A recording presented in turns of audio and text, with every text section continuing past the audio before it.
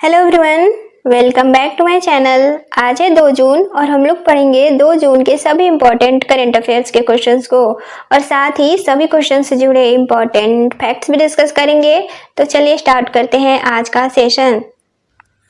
आज का पहला सवाल है, विश्व दुग्ध दिवस कब मनाया जाता है?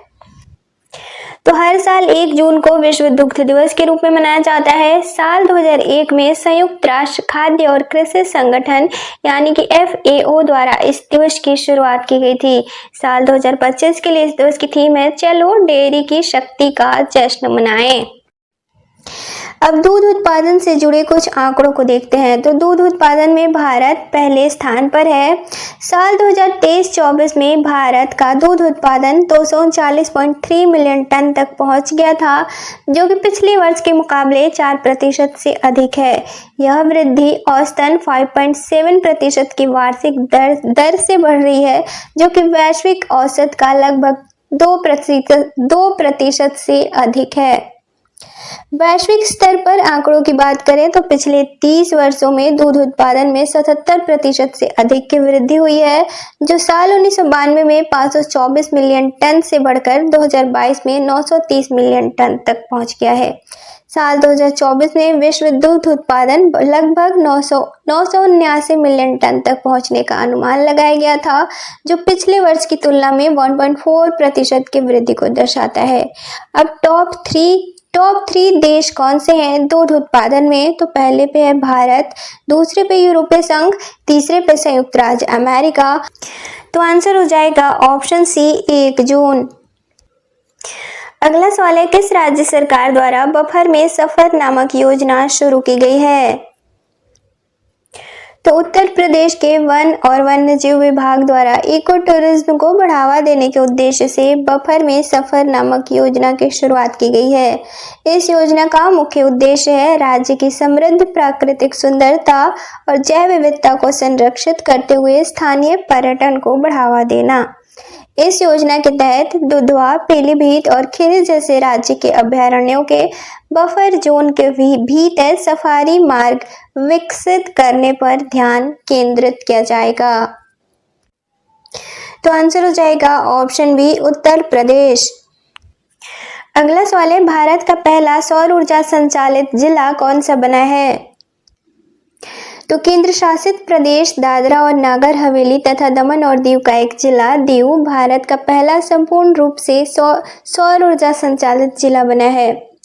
दीव में कुल स्थापित सौर ऊर्जा क्षमता है 11.88 मेगावाट, जो कि 9 मेगावाट ग्राउंड माउंटेड सौर पार्क और 2.88 मेगावाट रूफटॉप सौर पैनल 79 सरकारी भवनों पर स्थापित किए गए हैं। इससे पहले दीव अपनी 73% बिजली की आवश्यकता गुजरात से आयात करता था। अब पीएम सूर्य घर मुफ्त बिजली योजना, तो यह 1 फरवरी साल 2024 को वित्त मंत्री द्वारा अंतरिम बजट में घोषित की गई थी, जबकि 13 फरवरी साल 2024 को औपचारिक तरीके से प्रधानमंत्री द्वारा यह योजना लॉन्च की गई थी। इसका उद्देश्य है घरों में रूफटॉप और सौर पैनलों की स्थापना को प्रोत्साहित करना। तो आंसर हो जाएगा ऑप्शन ए, दीव। अगला सवाल है, हाल ही में भारतीय राज्य गोवा का कौन सा स्थापना दिवस मनाया गया है? तो 30 मई 2025 को भारतीय राज्य गोवा का 39वां स्थापना दिवस मनाया गया है। भारतीय गणराज्य में पूर्ण राज्य के रूप में औपचारिक तौर पर यह दिन गोवा के समावेशन का प्रतीक है। भारत के पश्चिमी तट पर स्थित है गोवा और क्षेत्रफल के मामले में देश का सबसे छोटा राज्य भी है गोवा।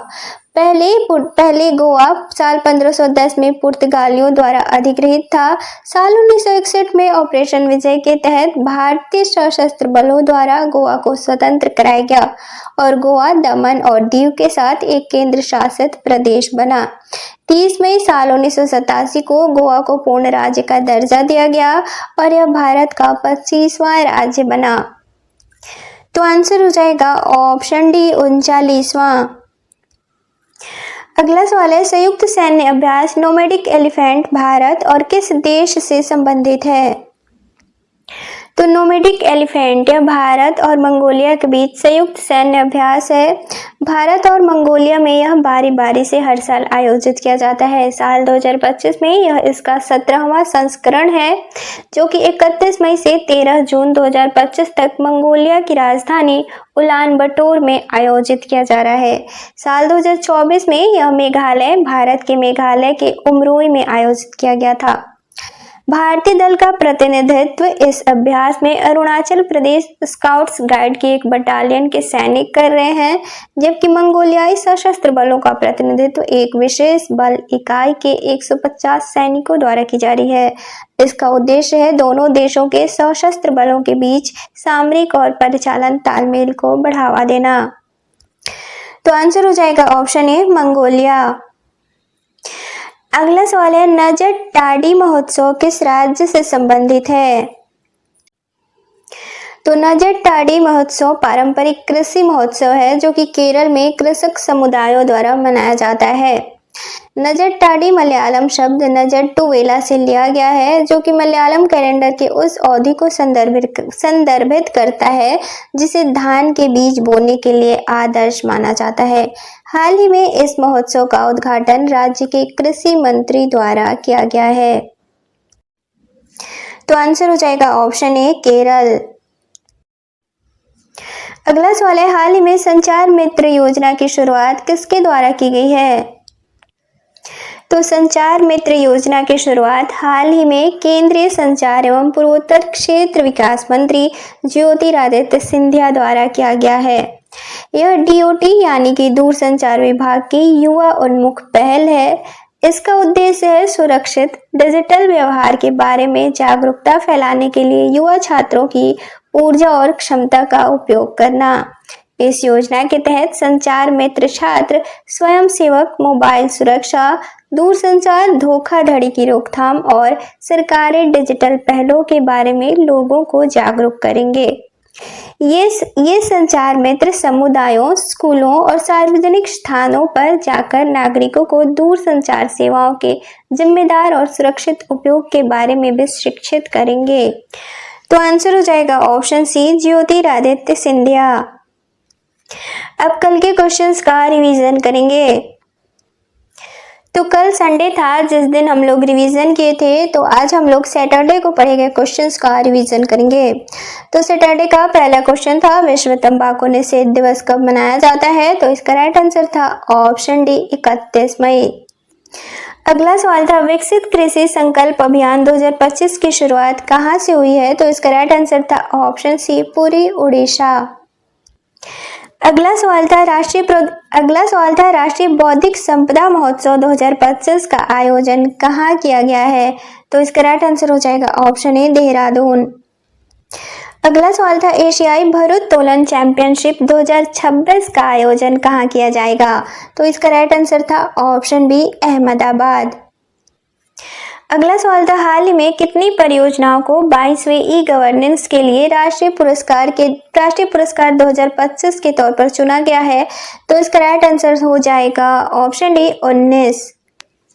अगला सवाल था, किस एशियाई देश द्वारा भारतीय नागरिकों के लिए 2 नए वीजा फ्री ट्रैवल ऑप्शन शुरू किए गए हैं?